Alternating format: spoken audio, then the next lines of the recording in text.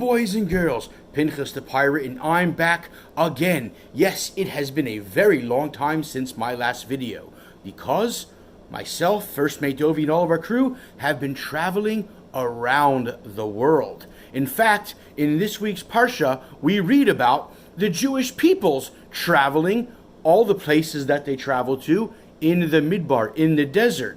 So, in honor of that, I am back to talk about this week's Parsha. And in fact, at the end of this week's Parsha, we finish the book of Bamidbar, Sefer Bamidbar. And as Pinchus the Pirate has mentioned before, when we finish a Sefer, we read out loud in Shul and we all stand up and shout, Chazak, Chazak, V'nis Chazek.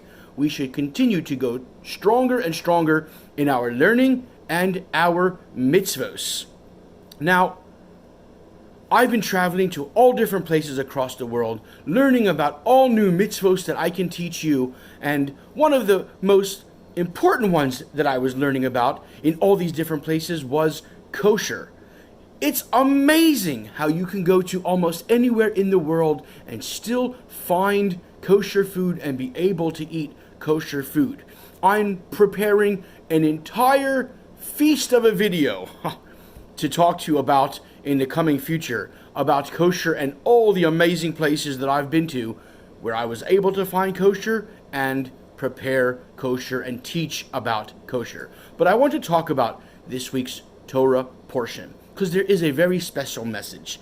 In the end of this week's Parsha, we learn about a man named Novach who conquered a city, and he named the city after his name, Novach. Now, one of the words over there, the commentator Rashi says that there is no dot inside of the letter Hey. When there is a dot printed inside of the letter Hey, it means you say it forcibly. But if there's no dot, then when you say the word, it almost sounds like the Hebrew word for no, which means low. And we learn a message from this because the rabbis tell us that the dot in the middle of the Hey represents the heart. And we know in our bodies, we need our heart in order to function and live and breathe. The same is true when we learn, and especially when we do mitzvos. We have to put our entire heart into doing the mitzvah. We have to really mean it and be sincere. Sometimes we might do something we don't really want to, but we do it anyway. We can still get the mitzvah for that. But the mitzvah is so much more special when we really are excited about doing it and we want to do it. For example, sharing. Sharing is a wonderful mitzvah. So many mitzvahs included in that. V'ahavta l'reacha kamocha and many others. But when we share, sometimes we don't really want to share. Maybe our mommies and tatis or our mommies and daddies say, you have to share. Okay, fine, I'll do it. You get a mitzvah for sharing, but you didn't really want to do it. If you're excited about doing it and you call your friends over and say, look at the new toy I have, I want to share it with you. Or you're on the beach making sandcastles and you invite your friends over to make sandcastles with you. When you do it because you want to and you're happy about doing it, the mitzvah is so much more special and so much more beautiful.